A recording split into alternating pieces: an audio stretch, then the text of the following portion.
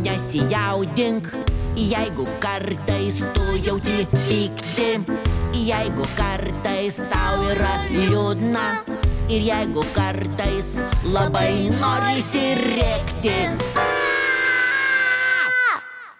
Žinok, kad viskas su tuo yra normalu, tiesiog šiek tiek prisikaupia emocijų. Ir jeigu tau šią akimirką labai sunku, tu patikėk, tai praeis. Emocijos, jos keičiasi, jų būna daug ir įvairių, nebūtinai vien tik malonių. Ir jas visas priimti svarbu.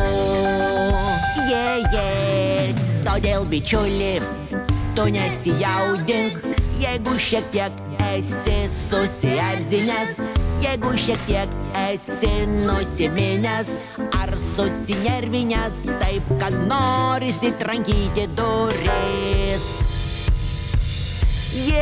Bičiuli, jeigu to nebūtų, tu nežinotum, ką reiškia juoktis, tu nežinotum, ką reiškia džiaugtis, ohoho, ką reiškia būt geros nuotaikos išvis. Nu, padainavau, iškart taip nuotaika geresnė pasidarė.